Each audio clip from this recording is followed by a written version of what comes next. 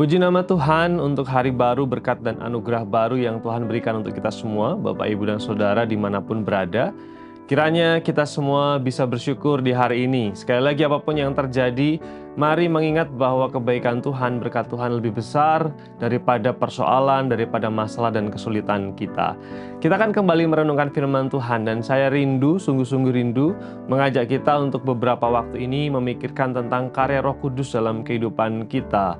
Tuhan begitu mengasihi kita dan bahkan memberikan berkat dan anugerah besar ketika Roh Kudus mendiami orang percaya. Izinkan saya mengajak kita memikirkan ketika Roh Kudus hidup dan tinggal dalam kehidupan kita, salah satu karyanya adalah memenuhi kehidupan orang percaya. Roh Kudus memenuhi kehidupan orang percaya. Lalu kemudian apa maknanya ketika Roh Kudus itu memenuhi kehidupan kita? Roh Kudus ketika tinggal dan memenuhi kehidupan kita akan memberikan dampak, tanda, dan implikasi seperti apa?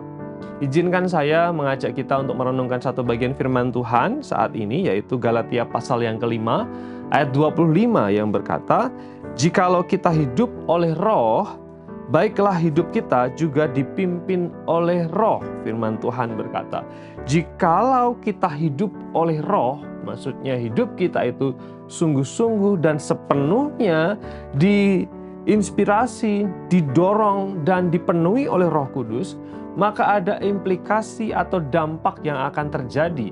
Apa dampak kehidupan orang yang dipenuhi dan diinspirasi dan didorong oleh Roh Kudus?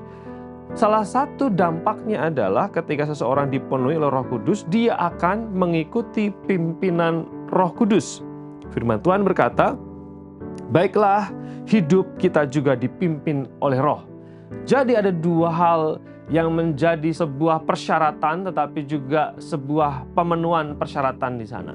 Kalau orang itu hidupnya dipenuhi Roh Kudus, ini adalah sebuah syaratnya, maka akibatnya orang itu pasti mengikuti pimpinan Roh Kudus.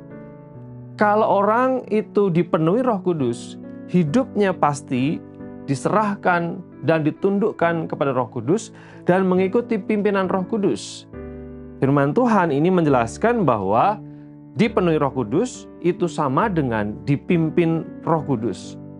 Maksudnya menjadikan Roh Kudus itu pandu dan pemimpin, otoritas yang harus kita taati. Ketika seseorang itu sadar hidupnya dipenuhi Roh Kudus, berarti Roh Kudus dijadikan sebagai pemimpin, otoritas yang harus kita taati, kita patuhi. Apapun yang disuruh Roh Kudus, yang didorong Roh Kudus, yang diajarkan Roh Kudus, kita harus mengikuti. Sekarang pertanyaannya adalah, kita secara manusiawi punya banyak keinginan, punya banyak harapan, punya banyak yang mau kita capai, kita nikmati, kita raih. Tapi ada juga ketika Roh Kudus tinggal dalam hidup kita, Roh Kudus juga punya kehendak. Nah, mana yang harus kita utamakan? Apakah kehendak Roh Kudus, pimpinan Roh Kudus? Sebagai ibarat sederhana dalam sebuah persimpangan. Ini keinginan kita, ini harapan kita, ini kemauan kita. Sementara di jalan yang lain, ini adalah kehendak Roh Kudus, ini adalah maunya Roh Kudus, ini adalah jalan yang ditunjukkan Roh Kudus. Kita pilih yang mana? Sebagai orang yang dipenuhi Roh Kudus, kalau Roh Kudus memenuhi hidup kita, artinya Roh Kudus sungguh-sungguh hadir dalam kehidupan kita, kita akan rela mengikuti pimpinan Roh Kudus sekalipun itu mungkin tidak nyaman buat kita, karena kita maunya yang ini. Ketika seseorang dipenuhi Roh Kudus, dia akan rela untuk tunduk kepada kehendak Roh Kudus sekalipun mungkin itu tidak kita sukai. Bahkan itu bertentangan dengan keinginan daging kita. Tapi hidup yang dipenuhi Roh Kudus adalah hidup yang ditundukkan untuk mengikuti pimpinan Roh Kudus.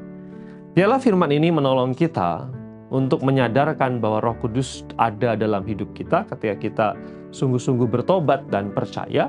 Oleh karena itu, mari kita mengizinkan Roh Kudus memenuhi hidup kita dengan cara mengikuti pimpinan Roh Kudus. Mari kita berdoa.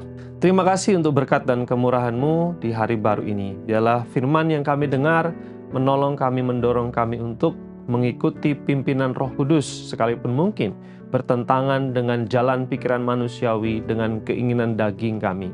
Berkat-Mu dan anugerah-Mu untuk jemaat semua, yang sakit Tuhan sembuhkan, yang susah Tuhan hiburkan, yang sedang mengalami beban dan persoalan, Tuhan berikan jalan keluar. Dalam nama Yesus kami berdoa. Amin.